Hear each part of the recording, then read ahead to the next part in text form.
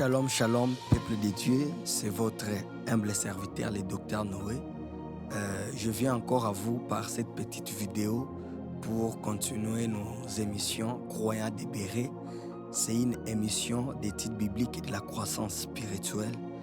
Et la fois dernière, nous étions ici et nous étions énormément bénis.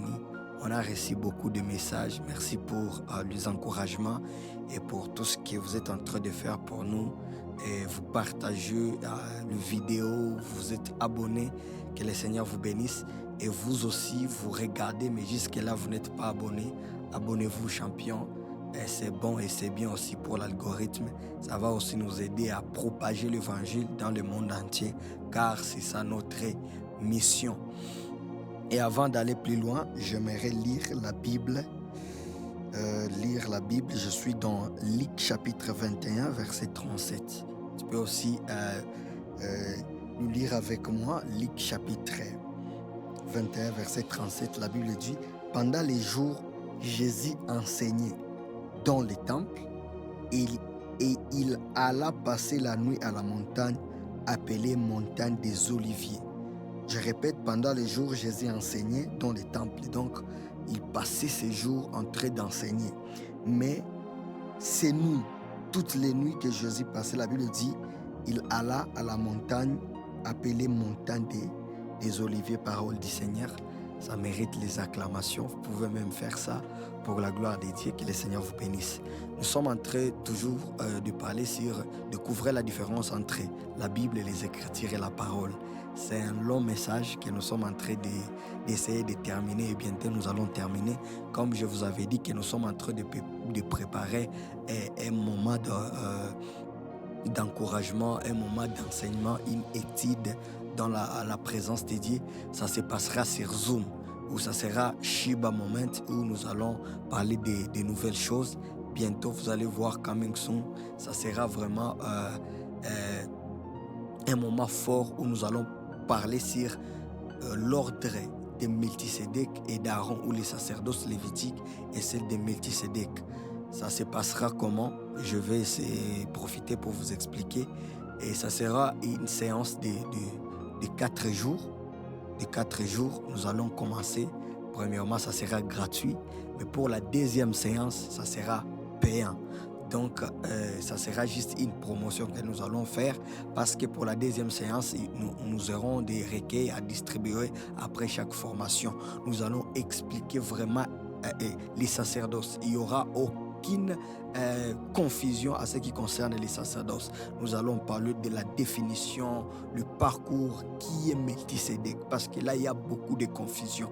Qui est Melchisédek? Est-ce qu'il était un homme réel? Est-ce qu'il était une image? Est-ce qu'il était une personne? Est-ce qu'il était Jésus? Nous allons tout comprendre. La Bible dit, Paul est en train de dire: j'avais beaucoup de choses à dire à son sujet, mais je n'ai pas le temps. Et vous êtes devenus là en comprendre à ce qui concerne Melchisédek. La Bible dit il était grand, mais dans l'Ancien Testament, son nom est apparu, je crois, 3 fois seulement. 3 fois seulement. Dans Genèse 14, 2 fois, et dans le psaume, je crois, une fois où Moïse a parlé de lui. Et dans le Nouveau Testament, je crois que c'est 4 fois comme ça. Mais Paul dit qu'il avait beaucoup de choses à dire. Donc, nous aurons un grand moment où nous allons passer dans la présence de Dieu.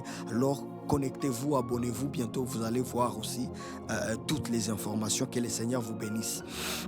Nous sommes en train de parler sur la pratique de la parole de Dieu.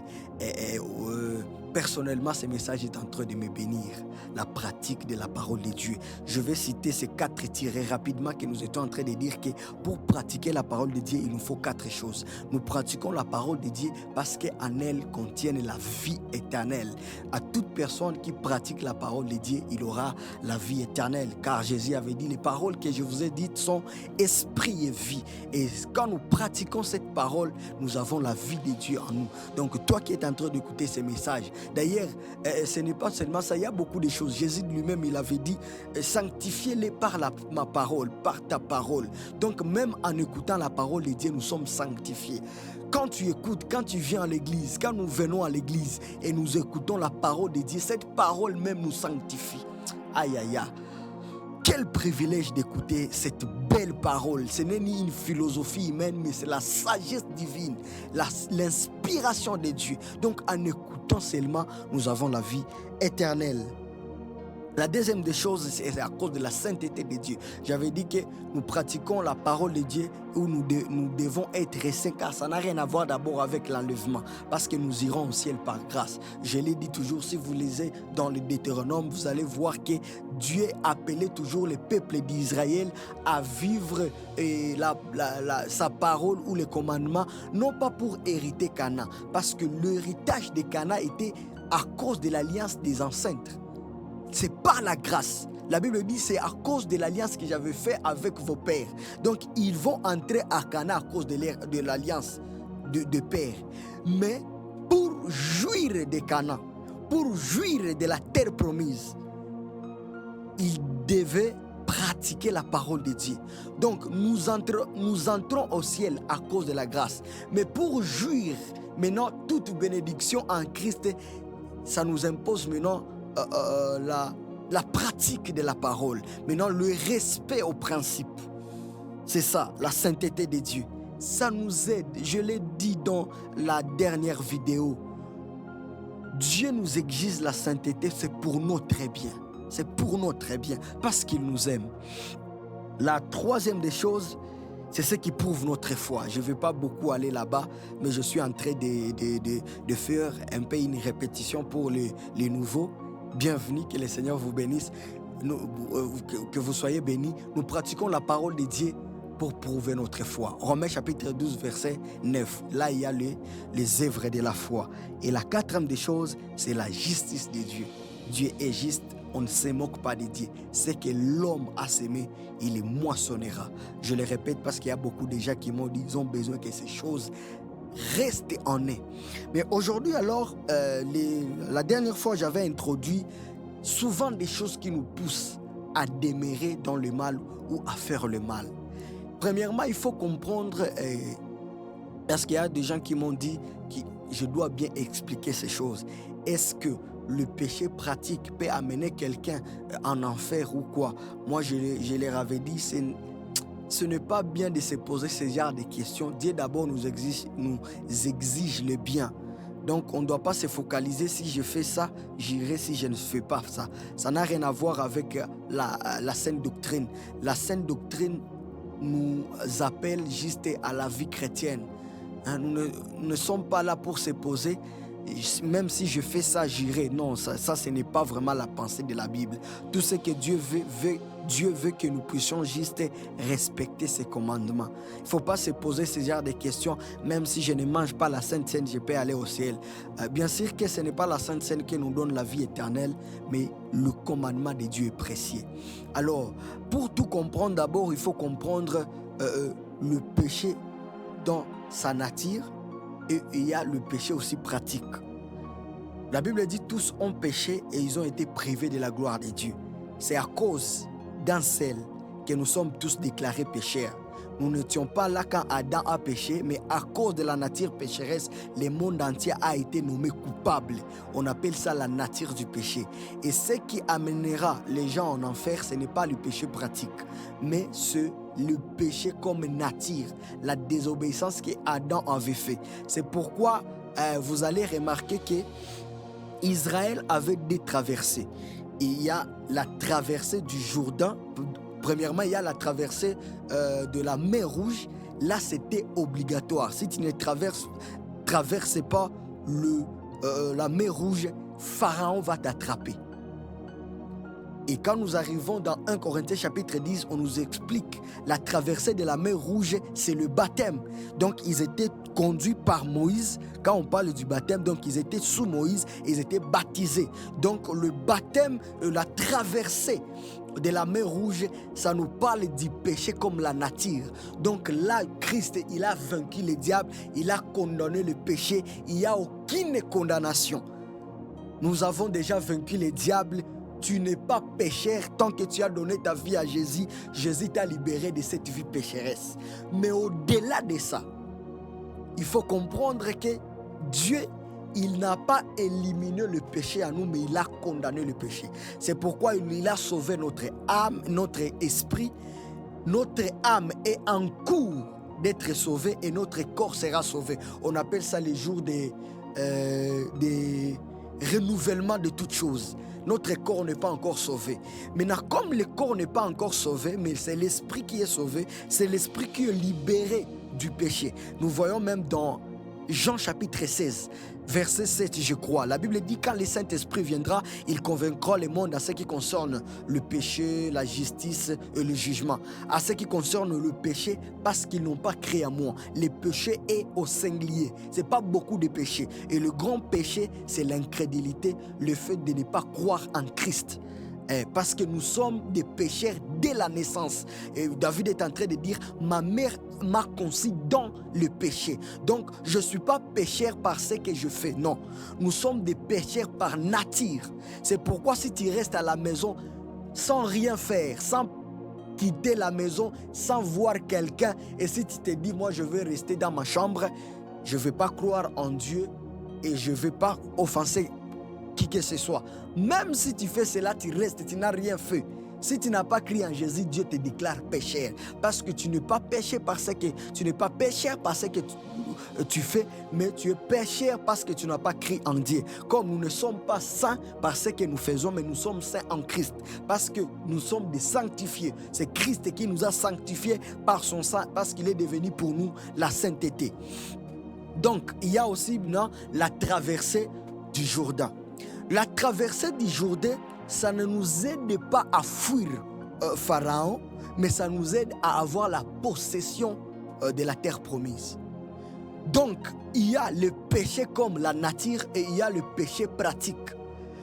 Nous devons laisser ça, c'est la vie quotidienne, pour avoir la possession de la bénédiction de Dieu, pour avoir aussi la possession de la terre et pour ne pas permettre que le diable puisse pénétrer dans nos vies, que nous ne puissions pas donner le diable une occasion. La Bible dit, il n'y a aucune condamnation pour ceux qui sont en Christ, ceux qui marchent selon l'esprit, car la loi de l'esprit m'a libéré de la loi du péché et de la chair. Donc il n'y a aucune condamnation ceux qui marchent selon l'esprit, parce que si tu te laisses asservi par la chair. Quand on parle de la vie charnelle, on parle de l'enfance dans le christianisme. Et Paul est en train de dire, je vous ai écrit comme des hommes charnels, comme des enfants en Christ. Aussi longtemps qu'un héritier est enfant, il ne se diffère à rien d'un esclave. Donc tu peux être héritier, mais l'ignorance, d'ailleurs je vais le dire, l'ignorance t'a servi. Tu es héritier, mais parce que tu n'es pas mature, tu vis comme un esclave, comme le fils prodigue. Il était héritier, mais là où il était, il a vécu comme un esclave à cause de l'ignorance. Jusqu'à ce qu'il était éveillé, il avait dit, mais non, il y a beaucoup de places chez mon père. Il était éveillé, maintenant il est rentré et il a vécu maintenant toutes sortes de bénédictions de son père. C'est aussi comme ça. Tu peux être chrétien, mais si tu te laisses asservir, il y a beaucoup de choses que tu vivras de ce monde. Alors, mais non, quand je suis en train de parler souvent, ça arrive, tu peux être chrétien, mais tu as une grande difficulté de vivre avec ta femme. C'est ce que maintenant je suis en train d'expliquer. Souvent, ça nous arrive. Pourquoi ça arrive souvent que nous vivons dans le mal? Je parlais maintenant de la dignité. Il y a des gens qui ne sont pas dignes. Je parlais d'Amnon. Comment ça a arrivé que ce type, il est tombé amoureux de sa sœur? Même chez les païens, il y a des païens qui sont dignes. On appelle ça la dignité. Dans la dignité, tu dois avoir une ligne rouge. Tu dois avoir une personnalité. Je vais le dire d'ailleurs. Jésus était un homme digne. La dignité, je l'ai parlé dans la dernière vidéo. Allez suivre ça. C'était une bénédiction. Nous devons être des chrétiens dignes. La Bible dit, Moïse devenant grand, refusa d'être appelé fils de la fille de Pharaon. On appelle ça la dignité. On appelle ça la dignité. Joseph aussi dans la maison de Potiphar, il avait dit, je ne peux pas faire ça avec la femme de mon patron. La dignité, là d'abord, il faut d'abord être un homme de principe. Il a vu que je ne dois pas me salir à n'importe, sur n'importe quoi. Mais nous avons des chrétiens qui cèdent à n'importe quoi, avec n'importe qui. Ils ne sont pas dignes. Ils ne sont pas dignes. La deuxième des choses, un manque de discipline. Manque de discipline. Là où nous venons de lire, dans Luc 21, je crois, verset 37, la Bible dit chaque jour, Jésus enseignait. Chaque jour. Et il passait sa nuit à la montagne. Il était discipliné. Quelqu'un m'avait dit, la discipline ne nous aide pas seulement à accomplir notre vision. La discipline ne nous aide pas seulement à nous indiquer là où nous devons aller, mais la discipline nous aide aussi à nous indiquer là où nous ne devons pas être.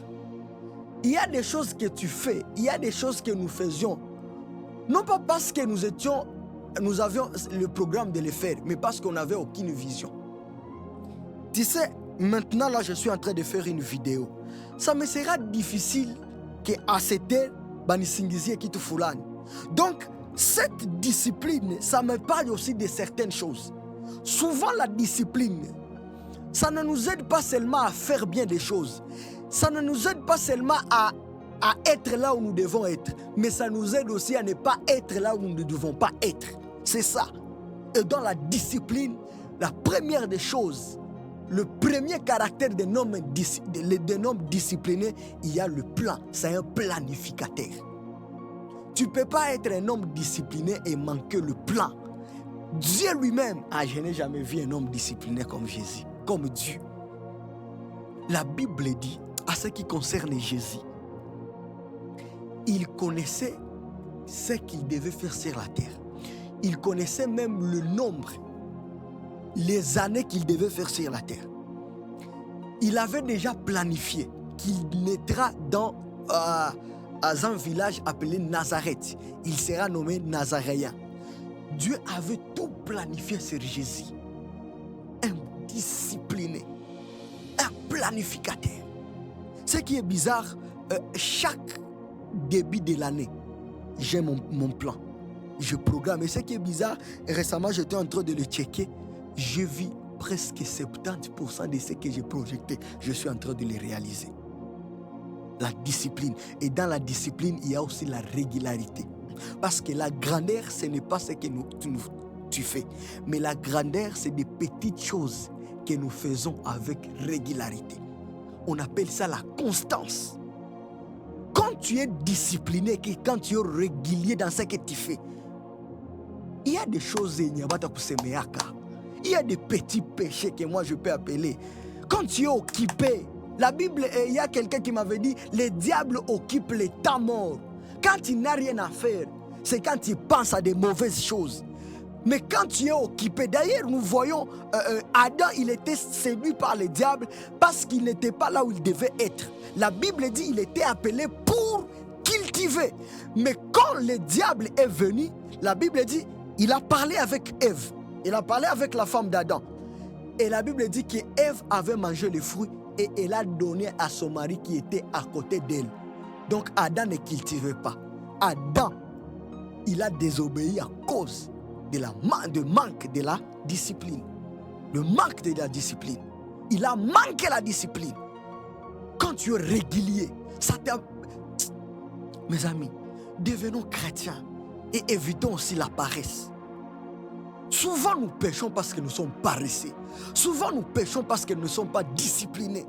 Jésus était discipliné. Jésus était discipliné et nous devons imiter notre maître. À partir d'aujourd'hui, je vous appelle à la discipline. Aujourd'hui, nous sommes en train d'aller presque vers la fin de l'année. Qu'est-ce que tu as déjà réalisé? Je termine par cette phrase. La richesse, ce n'est pas de l'argent. On peut te donner de l'argent et mourir pauvre. La richesse, c'est ce que tu as dans toi et ce que tu donnes au monde. C'est ça la richesse. Tu n'as pas le problème des millions. Tu as le problème d'entretenir ce que Dieu t'a donné comme un don. Comme moi, je sais que je ne peux pas mourir pauvre. Je suis un homme discipliné et tôt ou tard ça payera. Parce que la grandeur, c'est les petites choses. C'est des petites choses que tu fais avec régularité. Aujourd'hui, je ne savais pas que je suis en train d'aller vers 13 vidéos déjà. Ça demande une force émotionnelle. Ça demande la constance, la discipline et bientôt.